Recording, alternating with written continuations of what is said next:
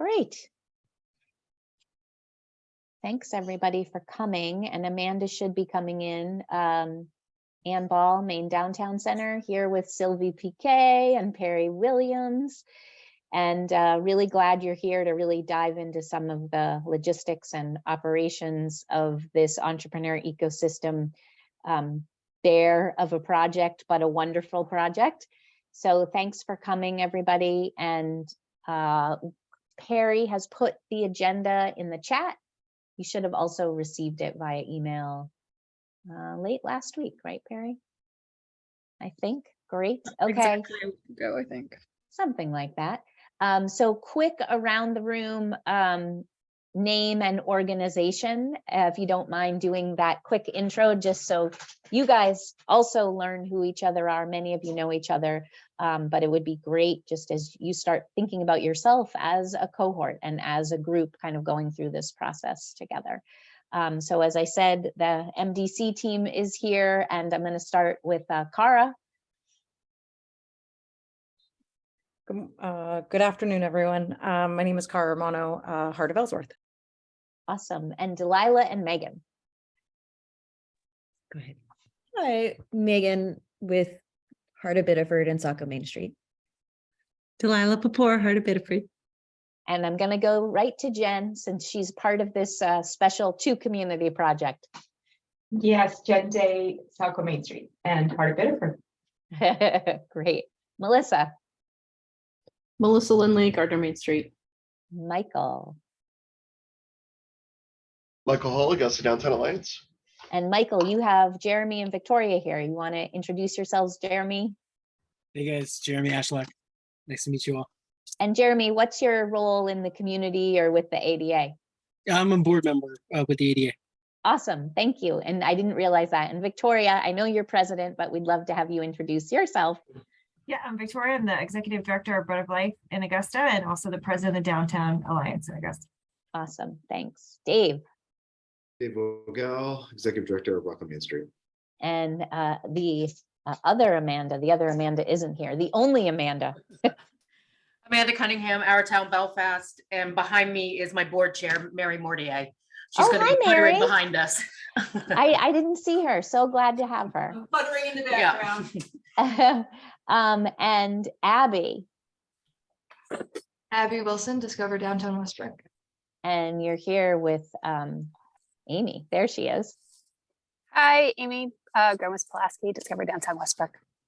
Great. And then the 2 Bath gangs, Amanda just squeaking in, the other Amanda, and Anthony. Love to have you just introduce yourself. That's where we are, Amanda. You didn't miss anything. Hi. Hi. I'm here. Just blew in. So Amanda from Main Street Bath. Thank you. And I am Anthony from Main Street Bath. I am the board president. Awesome. Great. Such a great crowd here. Thanks for being with us.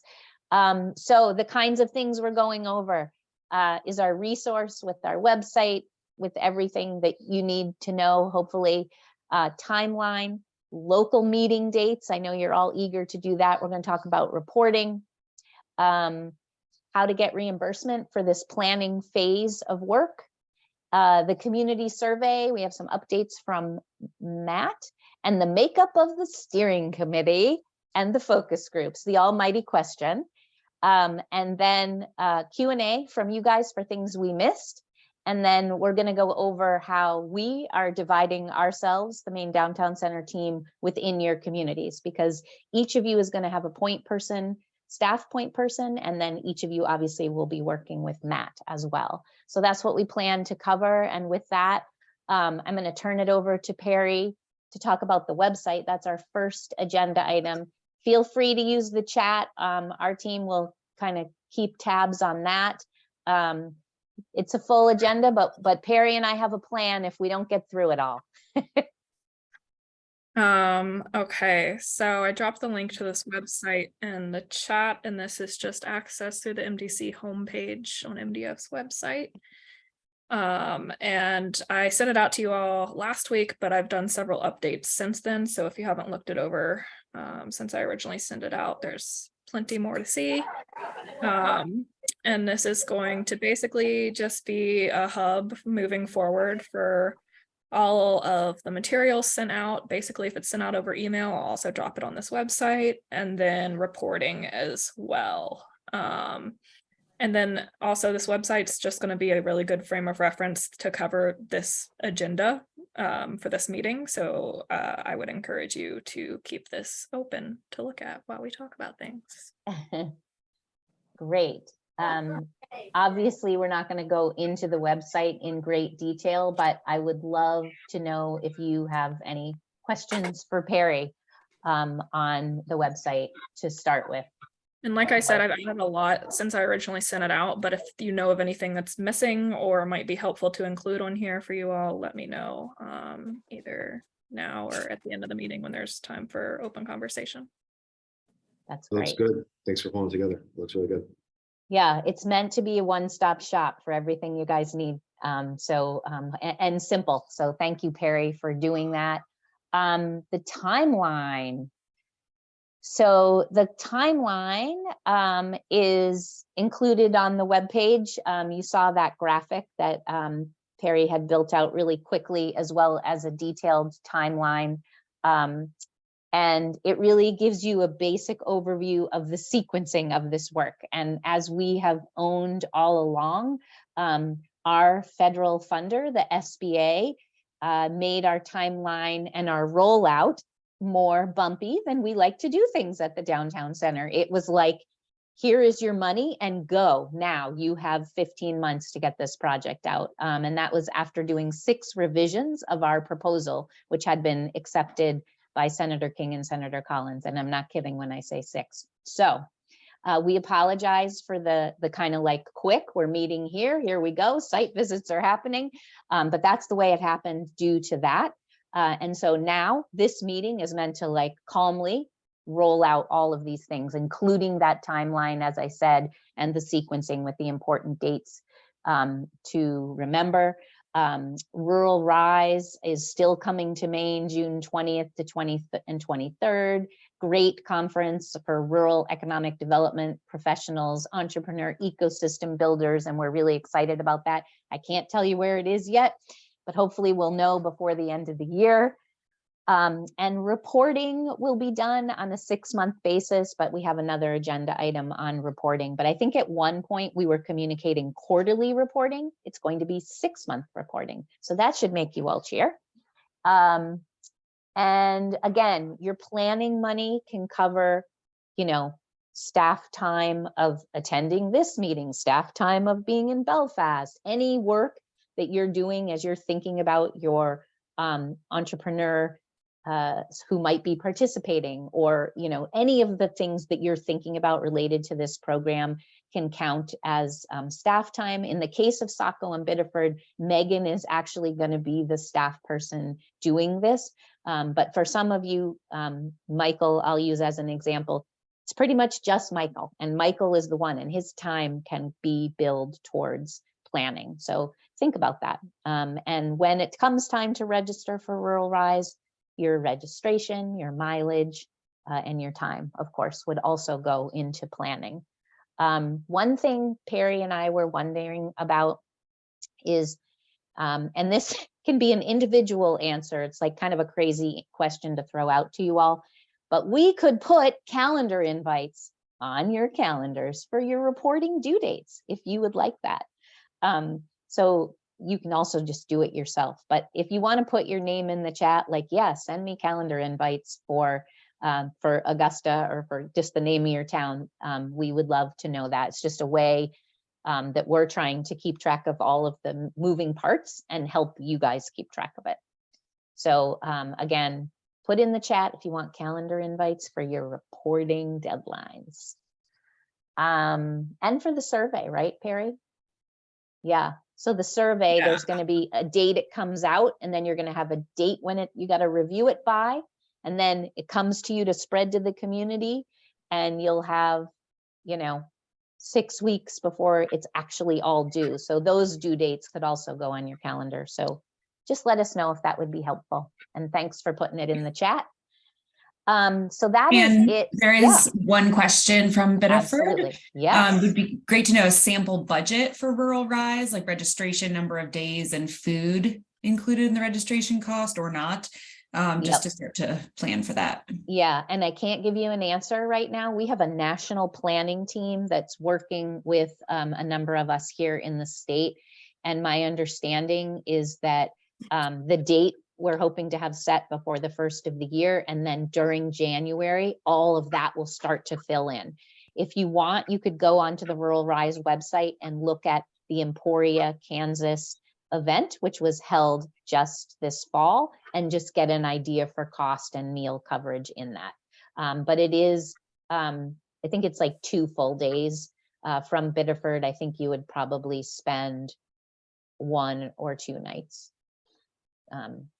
Yeah, probably. I mean, you know, I don't think anything about driving 90 minutes, but it might even be a little further from Biddeford. So, but take a look at the Emporia, Kansas Rural Rise if you want to get a placeholder for those figures at this point. Thanks for flagging that, Sylvie. Okay. Timeline. Now to local meetings. This is another stew that I just want to congratulate Perry on working this out. Yeah, so this, I'll just say now for the timeline, the graphic on the website is very broad overview, but if you really want the nitty-gritty details, I have included an update in the program summary sheet linked on the website, and that's going to include all of the important dates, basically, including these local meeting dates and who should be at them and what they're about.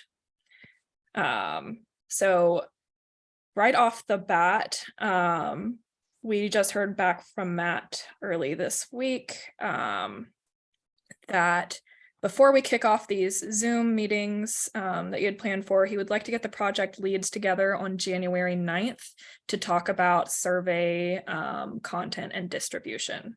And so that's an incoming calendar invite that I'll also send over, and that will also be recorded. I know it's kind of last second for you guys to attend that, so it'll be recorded if you have to miss it, but he wants to discuss survey distribution and just with the project leads, not the whole steering committee. So for example, like for Biddeford Saco, that would look like Jen, Delilah, and Megan. So that, like I said, that'll be January 9th. And I think we're looking at 9 o'clock for that in the morning, 9 to 10, just an hour. Yeah.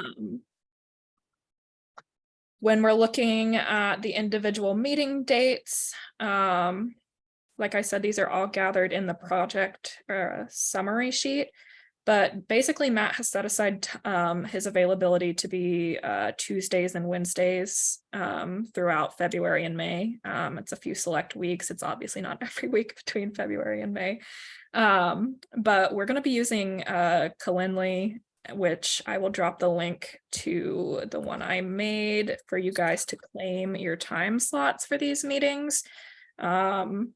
After you review, you know, who should be in them and what it's about. But Tuesdays and Wednesdays are what he set aside the whole day for is to do these meetings. And so we're asking you to be pretty flexible in your scheduling because we are scheduling for 9 separate projects with him.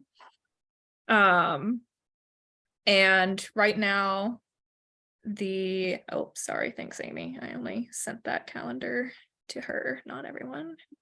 There's that. Okay. Where was I?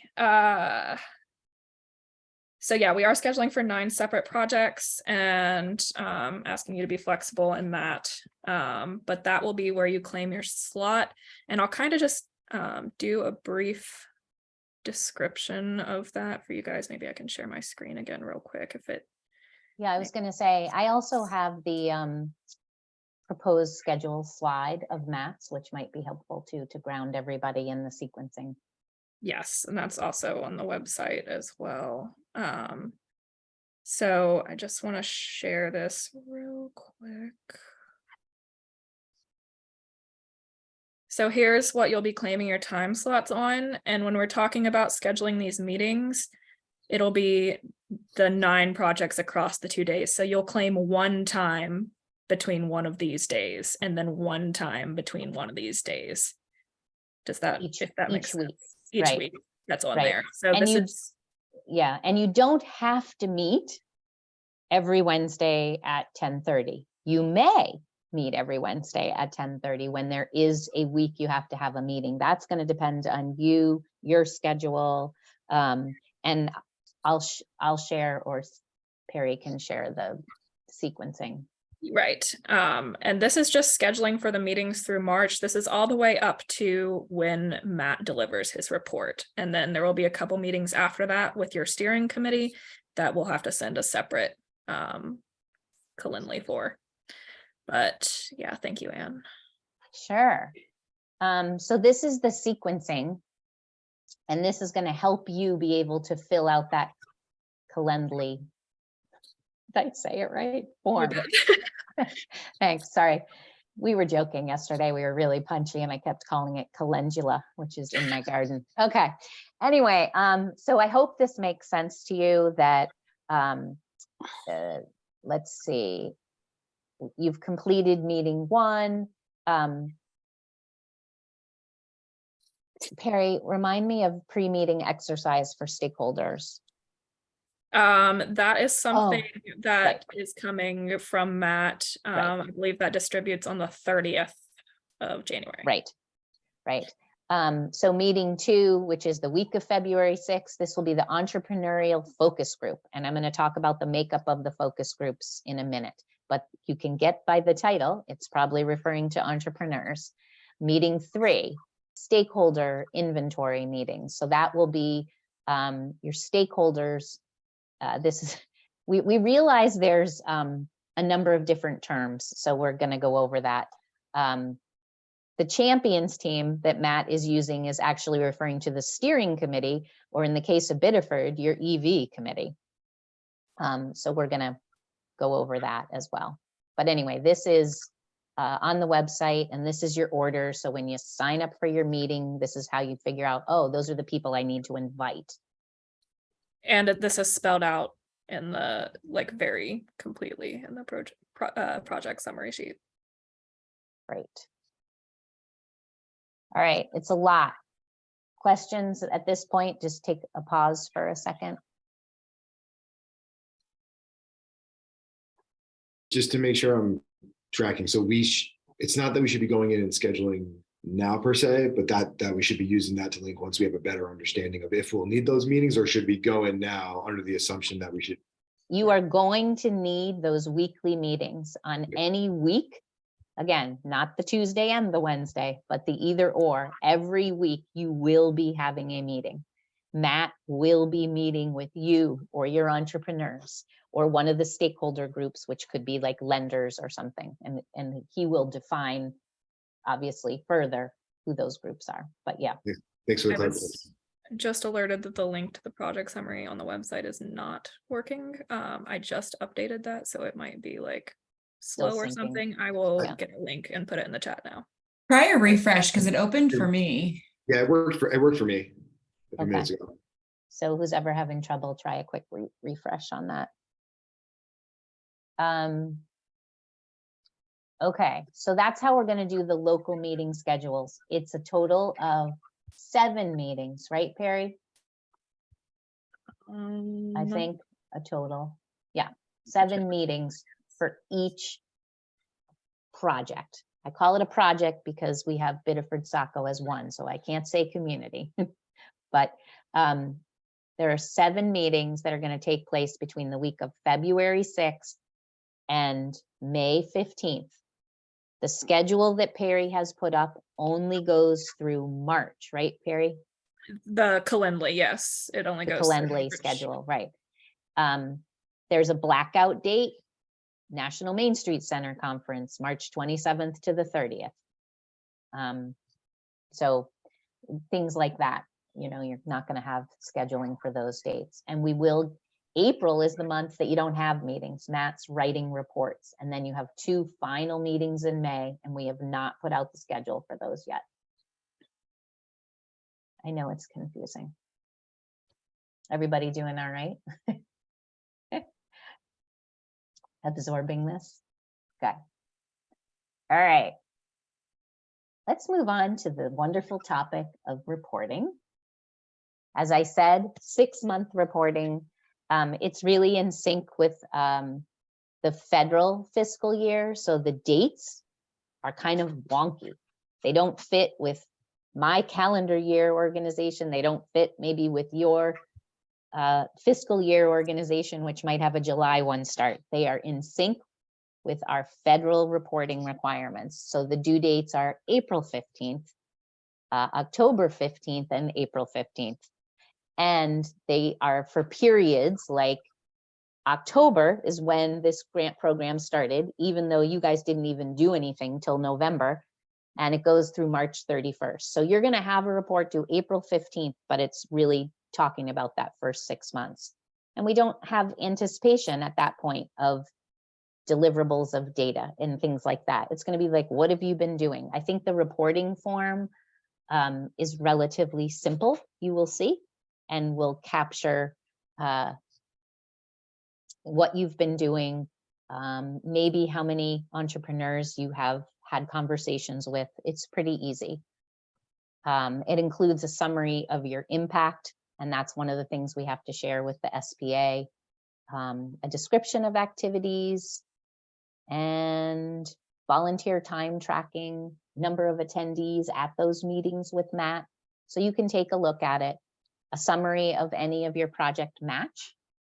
As a reminder, each of you are required to put in project match, and I'm forgetting the figure, 2,200 in time. Perry, can you remember? I think it's 2,200. I'm sorry, what was the question? I'm focusing on the Calendly that is now broken. Oh, okay, that's all right.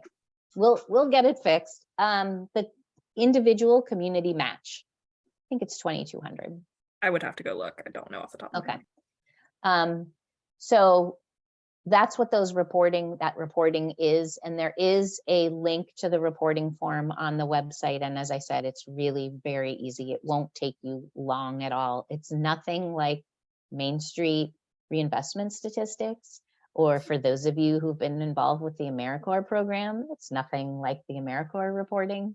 It's pretty simple. And Anne, there was a question in the chat. Yeah. If the in-kind, or if the 2,500 matches in-kind or cash. It can be either. Whatever works.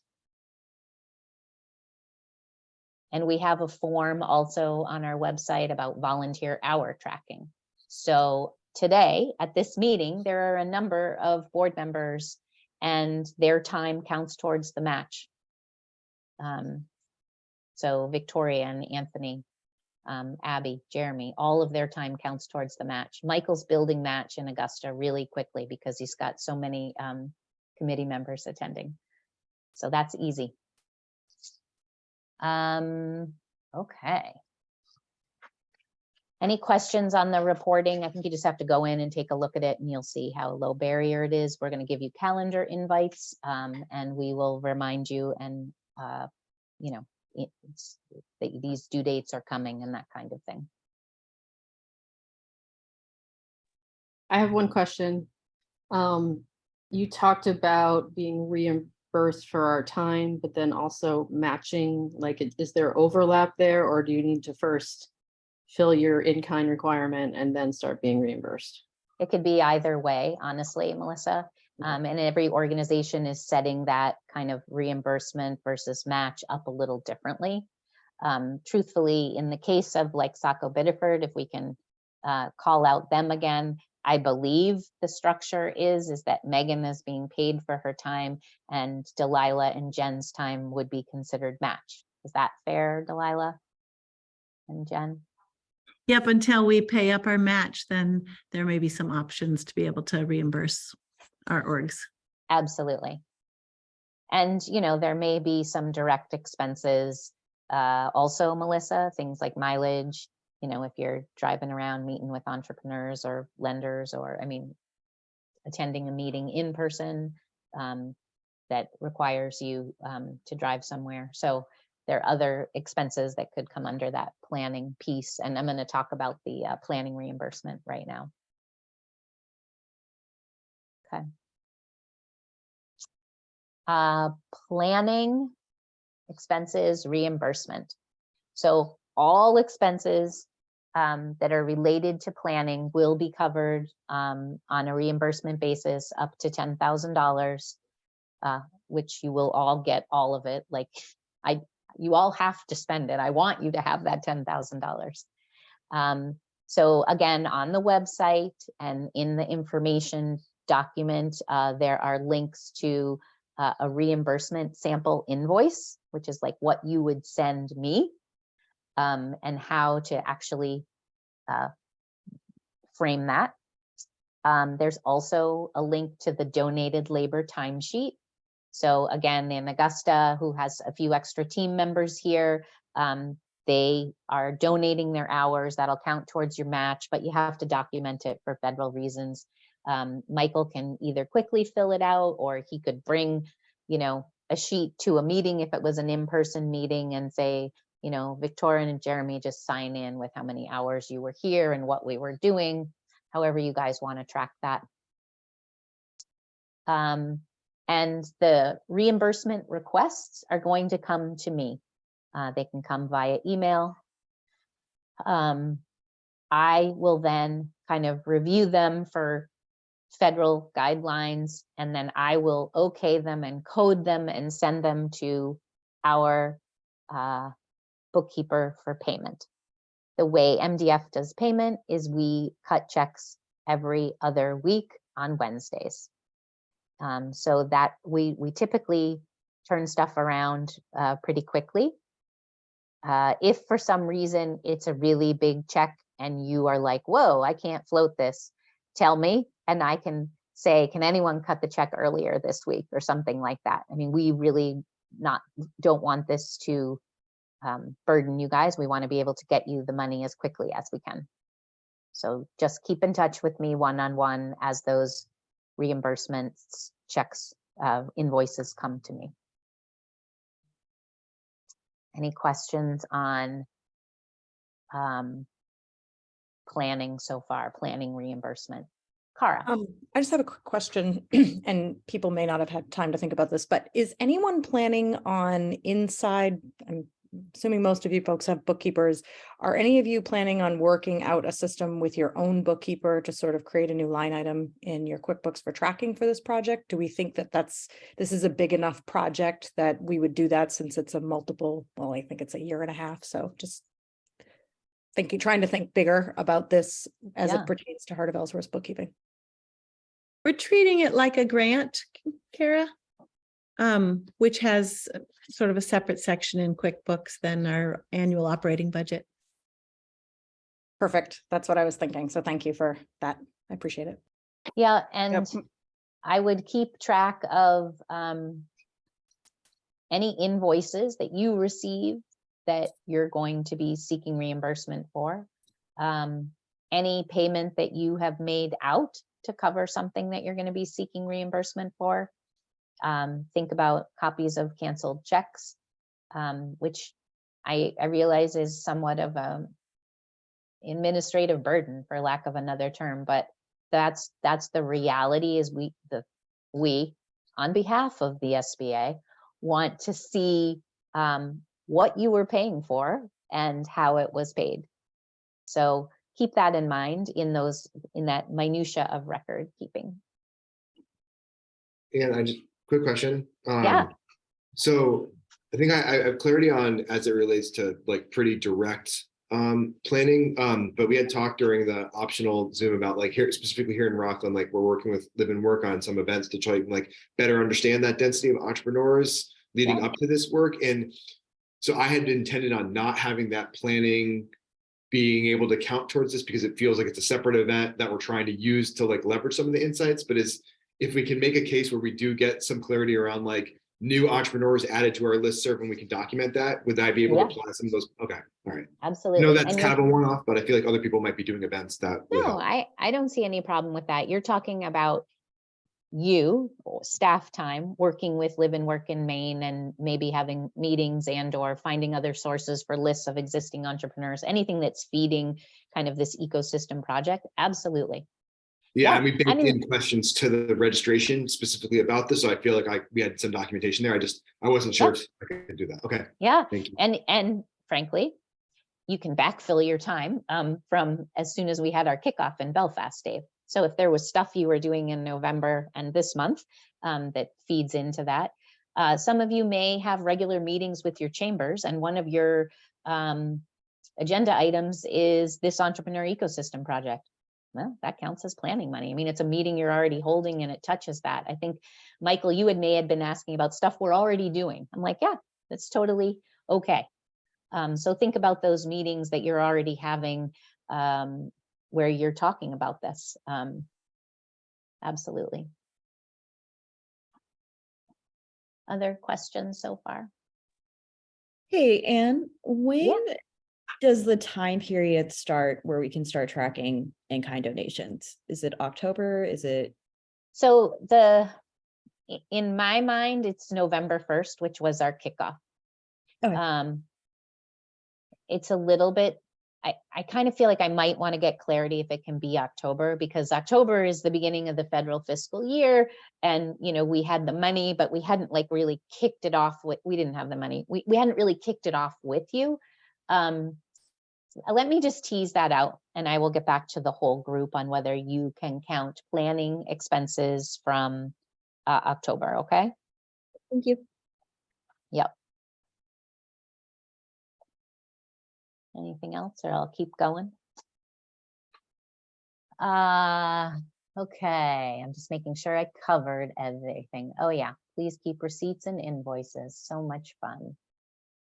If there's any question on something, and I'm going to use Kara's example of the almighty owl. I know Delilah already has an owl, but Kara didn't have an owl. And she's like, I have to host these Zoom meetings with multiple stakeholders, with Matt Wagner in Wisconsin, and I want them to be good, productive meetings. I need an owl. This grant can cover an owl. It's one of the gizmos that has the head that turns around when people are talking. So think about that. If you have any questions based on the information that we've given you that you're like, she didn't say that. What does that mean? I want to buy this. Or I want to attend this, or like Dave just asking about work with Live, Work in Maine. Just ask, because we have our agreement with the SBA, we have our guidelines, but we have some, I don't know what the word is, flexible terminology. And it allows for expenditures that if you don't see it spelled out, just ask. It doesn't mean it's a no, it means it's probably a yes, and I just have to think it through. So keep that in mind as you're looking at staff expenditures or direct expenses, that if you don't see it, just ask. Okay.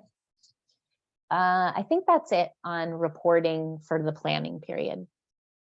We will have more information at a meeting at a later date where we talk about implementation funding. That's a bigger pot of money. That's the $50,000 that comes to each group. And I am still working on internal systems. We do not anticipate that any of you have $50,000 in the bank ready to spend and then ask for reimbursement. I get that. So I need to work on our internal systems for how we are getting you that money and process and timeline for that. So that will come, but are we clear on planning for the moment? Be creative, think flexibility, ask, and use the information we've given you, which hopefully you will see is pretty clear. So getting down to the work, I'm going to pass it over to Perry to talk about the survey, which is the first big thing that you're doing. Yeah, so as I briefly mentioned earlier, Matt's wanting to gather the local leads on a meeting on January 9th at 9 a.m. And I will send the calendar invite for that ASAP. And basically from that, you'll have the draft survey from Matt to share with your steering committees. And 10 days to review the draft and let Matt know if you want any additional questions. He said you're allowed to have an addition of 1 to 2 questions because you want to make this survey relevant to your town. So that also might include language changes in some of the questions just to make it more palatable, because we know some of the terminology is not that clear. So yeah, 10 days to review that after that January 9th meeting. Then he will make the appropriate edits and get the survey ready for you all to distribute.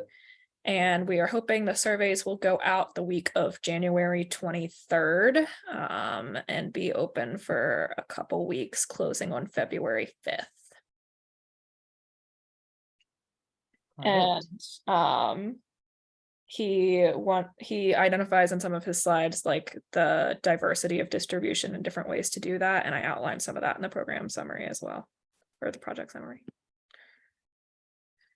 And he'll also be in regular touch with you guys. In other words, let's say there's one community where it's like, wow, that survey is getting no traction. And he will, you can check in with him and be like, how's the response going?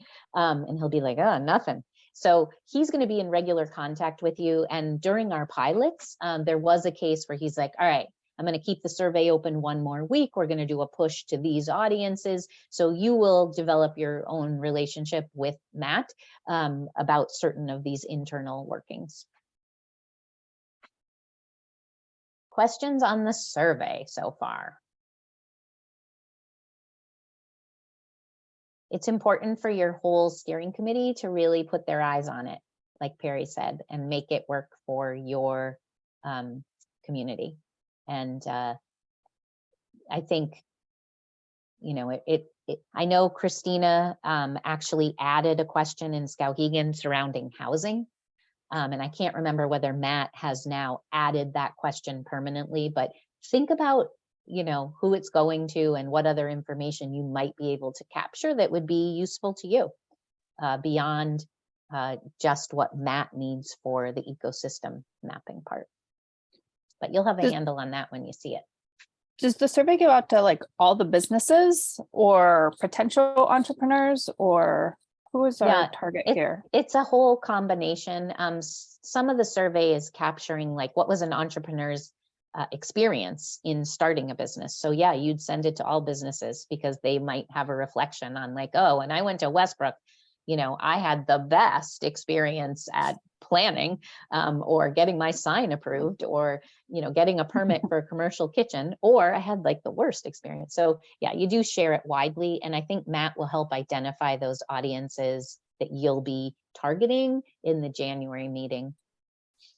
Also, correct me if I'm wrong, Anne, but I'm pretty sure he said this is supposed to be like for the community at large and not just focused on like downtown entrepreneurs and things like that. Yes, that's correct. Good reminder. Yeah, thanks for clarifying. That was going to be my follow-up is when working, and I kind of had a talk with the chamber board about this, like we were really trying to focus on our kind of like Camden, Rockport, what I mean? Like we're trying to like have like that 3 kind of town region and just confirming that that's okay. I mean, I don't know. That was one of the follow-up questions that group had asked me to bring back to this. That's a great question. And I would, at the January meeting, ask Matt that. I don't even know if you have to ask him, Dave, other than you say, we want to share beyond our walls of Rockland. This is how this Economic Development Committee is, seeing the work. Are you okay with that? And then, Dave, you may want a clarifying question that says, which community are you in? So that you can peel out if you need to. Yeah, and so maybe it's not helpful for the group setting, but if others are thinking about this too, I think the challenge for us was that really easy to play nicely with like chamber and then the city kind of dynamic, but to then pull in like community and economic development and city staff from 3 different towns and it feels that could get messy. So really trying to figure out a way of like through chamber outreach, if they could focus on that core region and just kind of what that would look like. And that's how the question had come up. Yeah, and like I said, I mean, I don't think you necessarily have to work with the other municipalities outside of your own, but if you are like, we want to capture what's happening in that ecosystem piece, in Rockport or Camden, you know, maybe it's that differentiating question of like, which community are you in? You know, the chamber is across all 3 communities, right? Yeah, So- yeah. So I just think you want to be able to look at it different ways, and it's going to take a conversation with Matt. But I don't think there's anything wrong with that. I don't think he's going to say no if that's like what you need, you know. Yeah, I was thinking about it in relation to like Saco Biddeford too, like similar, you know what I mean? Where it's like, there's so many entrepreneurs that, all right, sorry, I'll stop talking. But that was kind of, No, obviously Saco Biddeford is the unique one in that they are also sharing like a chamber and what other resources there, regional economic development entities, similar to the 3 communities you are, but they're 2 Main Street organizations, whereas you're one. But I don't think there's wrong with thinking about it broader. I just think we need to vet it with Matt, like how you can get the data that ultimately is going to help, you know, Rockland Main Street, but then, you know, by nature of the ecosystem, it's going to look outside of your town boundaries. You know, you are going to look regionally with some of those service providers and others. So, yeah. Without knowing what the survey was going to look like, that was some of our questions, because we just met this morning, the 2 EBC great. groups together. And so we had questions around industrial businesses and their contribution, because we were thinking about workforce and how workforce demands or complements to a community and to its ecosystem. So we had questions around, would the industrial centers be included? Yeah, they absolutely are. They're important places. Maybe it's small scale manufacturing. You know, it could be any number of things that are happening and providing opportunities for entrepreneurs and or the broader ecosystem. Some of our downtowns have space for small scale manufacturing and some don't, but maybe the downtown provides the bricks and mortar, you know, retail space, but the manufacturing is happening in that industrial park. So those are absolutely included and part of the whole ecosystem for, in this case, 2 communities. Amy. Is this an electronic survey that we send out, or is this a survey that we go and sit with people and say, what do you think? Like, how are we envisioning this? So it can be what works for your community. So in the case of Monson, it was primarily electronic, but they did create some paper opportunities for some people in the community that's what they wanted to do. So it'll be up to you. You have a large senior housing project downtown. Maybe you're like, I really want to include those people. And maybe they don't have computer access. I have no idea. I'm making this up, except for the senior part downtown. So maybe you're like, that's a way for us to reach, you know, those downtown stakeholders. So I think it's going to depend on the community, and you have to figure out, gosh, if we're not doing it electronically, we're doing it by paper, how are we going to get that data? Who's going to do the data entry, and that kind of thing. So but it is targeted at businesses, not residents, right? No, I think that it could go to residents too. You're going to have to tease out with Matt whether, you know, it's, I don't know how to integrate the residents, but it's community wide. That's what we heard, Carrie, right? We were saying. I believe so, yes. Yeah. Okay. I know it's hard to be talking about something that you haven't seen. I think it also sounded like, because the data gathering, we were looking for like triple digit response, that doing it. I mean, I think that knowing the level of response that we need really informs the medium. Like, it feels like without having like a digital push where you're able to make it really frictionless, it's going to be challenging to get those kind of numbers that I think Matt was saying we were going to need, based on just my past experience trying to get people to fill out surveys. Yeah, absolutely. No question about it. It's going to take like a lot of different avenues of ways of pushing it out. And obviously he's been doing this around the country. He's done it in 3 communities in Maine. He understands rural economic development and all the ways you have to push these things out. So, you know, I think that you will all get there. I don't think you won't meet your goals. Question in the chat. Are other communities planning to hire someone to help execute the ecosystem? Coming from a one director operation, right, Cara? Anybody else thinking of hiring someone to help? Doesn't look like it, Cara. But we can certainly help you figure that out if that's something Ellsworth wants to do. Actually, I want to jump in and part of our strategic goals before any of this came about that we worked on last year, there we do have a goal of a part-time. So I didn't know, I think we might be looking at that too, and this might be an opportunity to get Michael, who does a fabulous job as a one-man show, but he is a one-man show, so can't stretch him too thin. I think that's a great strategy, Victoria, to think about that. The other thing that may come out of the report that's generated from Matt in April that you'll get to see in May might be, oh, a strategy for Augusta, and I'm making this up, is that we need, more front-facing, entrepreneur resources. We don't have that downtown. We need a place where entrepreneurs can stop by and figure out how to start a business or where to locate, textile manufacturing. I have no idea. And maybe the ADA says, oh yeah, that is something we want to do as an organization. Then 2 more steps. Some of that implementation money might be used to kind of start to support that staff person doing that work. So yeah, all sorts of possibilities. And that would be one. Just to perhaps clarify, but maybe the answer is still going to be the same. What I meant, and I should have written this in the chat, was a lot of times when Heart of Ellsworth either embarks upon a new program or any other kind of initiative, we will hire an independent contractor to help with the workload. And so I did not mean staff, I meant independent contractor.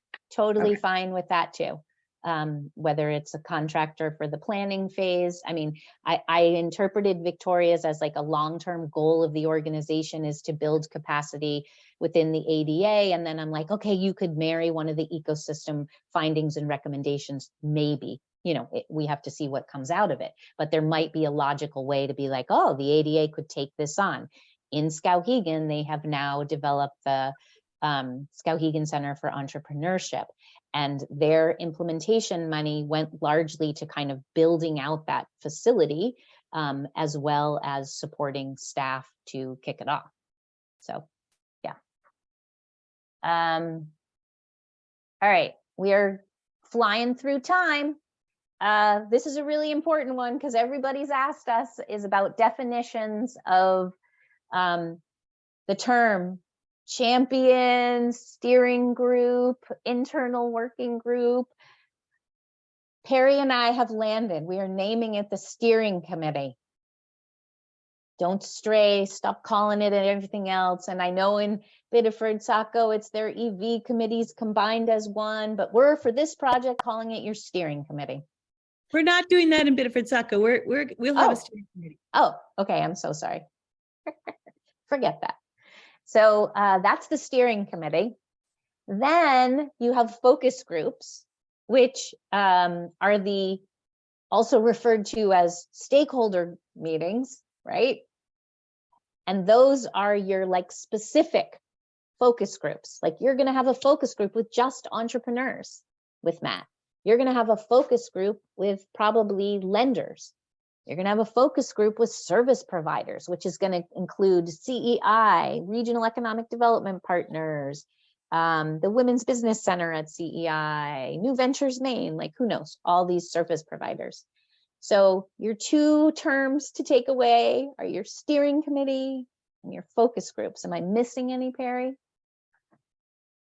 So is the steering group replace stakeholder and championship team on the schedule? Steering committee is the champion team. And then the focus groups are who's your stakeholders? Yeah. Yes, which vary between meeting to meeting. And if you those are outlined like who needs to be at what meeting. So entrepreneurial focus group is meeting 2, stakeholders is meeting 3, 4, and 5. The championship team is but are those the same groups? Like, what's the difference No. between a focus group and a stakeholder? The I know- entrepreneur group is one separate thing and it's one of your focus groups. And One then of the your meetings focus 3 through 5 are your like regional stakeholders focus groups. Yeah, we're gonna take that slide and make it clear what it is. With You got your definitions. steering committee group Thank that you. meets throughout the period, and then you have various focus groups. And we're gonna get clarity from Matt that meeting week 3 is your focus group, that's this group.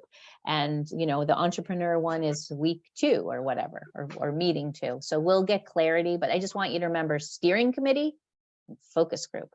Forget all those other terms. We're gonna clean them up.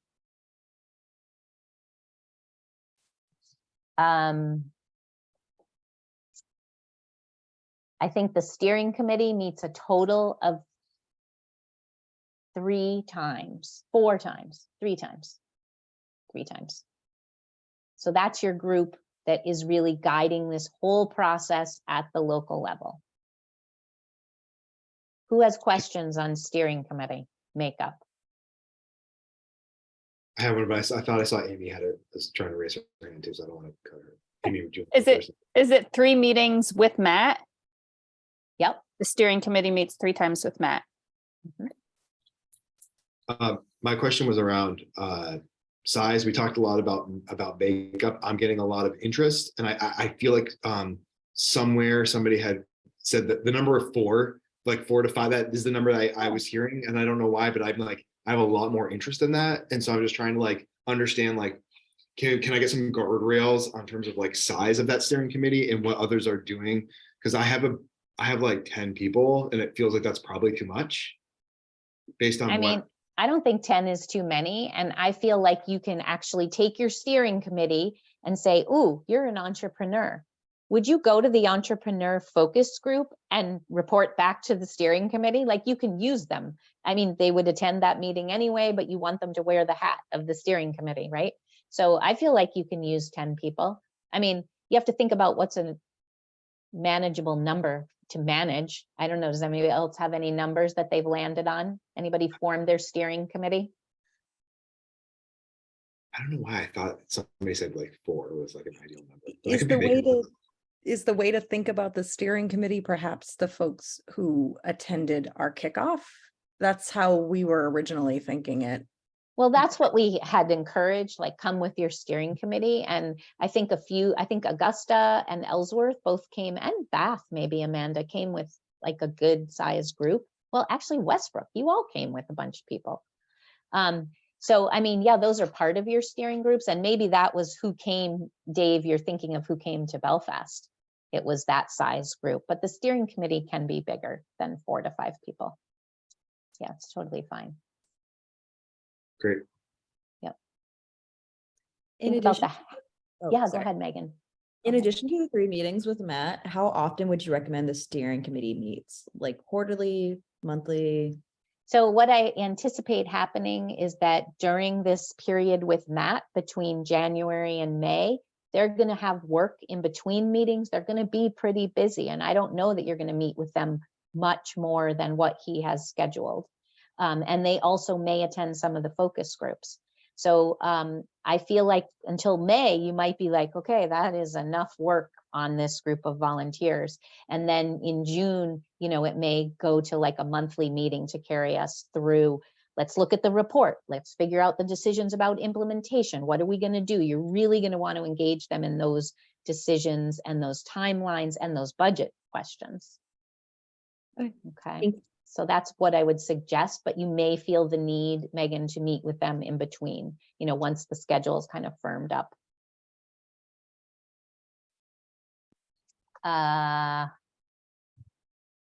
Okay. Other questions? How about on the focus groups?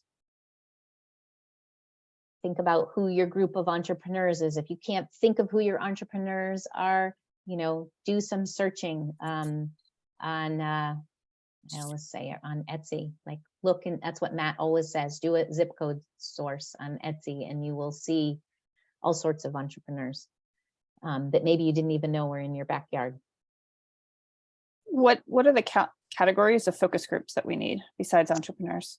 Regional service providers, which are who supports your ecosystem, who's doing entrepreneur education, or holds a pitch competition regionally that maybe your entrepreneurs would attend, like MTI, obviously, right in Westbrook. Aren't they in Westbrook, Amy? Maybe they're not in Westbrook. Anyway, That's Lori. Lori, I was thinking, isn't that who she Yeah, I works think that's for? Portland. MTI? It's in Portland. Okay, but they are doing that kind of work. They have educational sure. resources. Entrepreneurs, service Map providers. slides say traditional and non-traditional service providers, library, SBDC, economic development, town government, chamber, county government, CDFIs, business incubators and maker spaces, college, university, K-12, etc. There you go. And Dave, I know that your committee at the city was asking about homework, and we do have an answer from Matt, which is filling out what we were just, Perry was listing off. Who are those people that you want to come to these meetings and be involved? Like start making those lists. And then he also sent us a new publication that came out at National. You may have seen it. Perry, you put it on the website, right? I think you did. And he said, they need to read this, and this is actually meant for all of you. The community guide, is that what we're talking about? Yeah, the Yeah, community it's on the guide to entrepreneurship. So those were his two suggestions to start filling out the grid of who needs to be involved and reading that publication. So if you have groups that are eager to get going, those are the two homework assignments between now and January. Okay, so we are at the end. So I've got a couple things. We have a lead contact, as I said, for each of your communities. Sylvie is going to be the lead on Ellsworth and Holton. I'm going to be the lead on Biddeford-Saco team, Biddeford-Saco and Westbrook. And Perry is going to be the lead on Bath, Gardner, Augusta, Belfast, and Rockland. She won the prize. And that just means like we're your point of contact. If something isn't going right, if you don't understand a form, you're still going to submit invoices to me, but generally the three of us are trying to be, I guess, versed in all aspects of this project. And I'm the only one who's lived through it so far. So if Sylvie and Perry can't answer it, they'll ask me. If I can't answer it, we'll ask Matt, but we'll get you an answer and help you with whatever you need. So we are your point people. We'll put that list somewhere so you all know who your person is. That's also who's going to attend the Zoom meetings. Oh yeah, and schedule them. Yeah, right. So keep that in mind. And I know we don't have time for more open questions. So the meeting is officially over. If you have more questions, you can either email us or we can stay on right now to talk further. Because I do want to end on time. I know other people have places to go. So that's how we're going to dismiss our meeting. Is you are free to go. Hopefully you feel a little more grounded than you did in November, or maybe the two are starting to like, okay, it's starting to make sense. It's looking good. Thank you. Getting there. You're welcome. Melissa, I know you have a meeting with Matt Wagner tomorrow with your team, which is exciting. And I think, Michael, you have an open invitation to a meeting if you guys decide in Augusta that you do want that makeup meeting. Matt had travel calamity, which resulted in missing a big chunk of his Augusta and Gardner meetings for tours, which was very sad. So Melissa, you are going to meet with Matt tomorrow, and Michael, it's still open for you and Jeremy and Victoria to decide. Okay, bye. Bye for those who need to leave, and we'll hang out. Thank you all. Nice to meet you. Thanks, Jeremy.